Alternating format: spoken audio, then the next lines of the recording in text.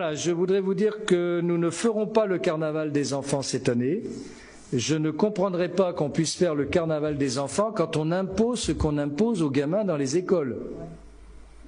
J'aimerais qu'on m'explique comment on peut brasser les populations alors que dans les écoles, les gamins sont interdits d'échange. Donc nous, on ne sait pas faire. Si le protocole sanitaire dans les écoles change, à ce moment-là, bien entendu, nous changerons. Mais moi, j'essaye d'être cohérent quand même. Hein. On ne peut pas être dans une caserne, puisque nos écoles sont devenues des casernes, où on impose et faire le carnaval.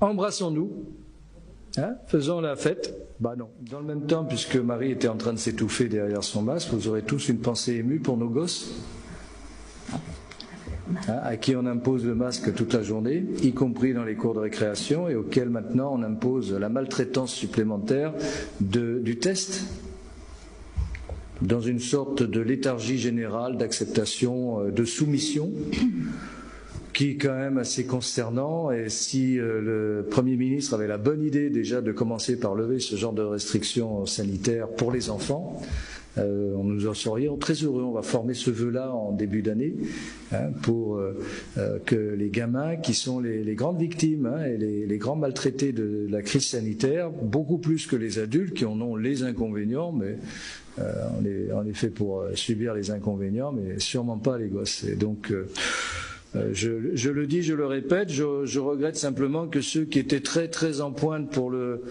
poids des cartables à l'école soient aussi silencieux aujourd'hui lorsqu'on maltraite ainsi les gosses. Hein. On n'a pas vu beaucoup de récriminations. Hein. Pourtant, le marronnier du cartable trop lourd pour les frêles épaules des petits, hein, à côté, ça fait rigoler, quoi. Enfin bon. Donc c'est comme ça, mais on a tellement peur d'être obligé de se garder les gosses à la maison et de ne pas pouvoir aller au travail.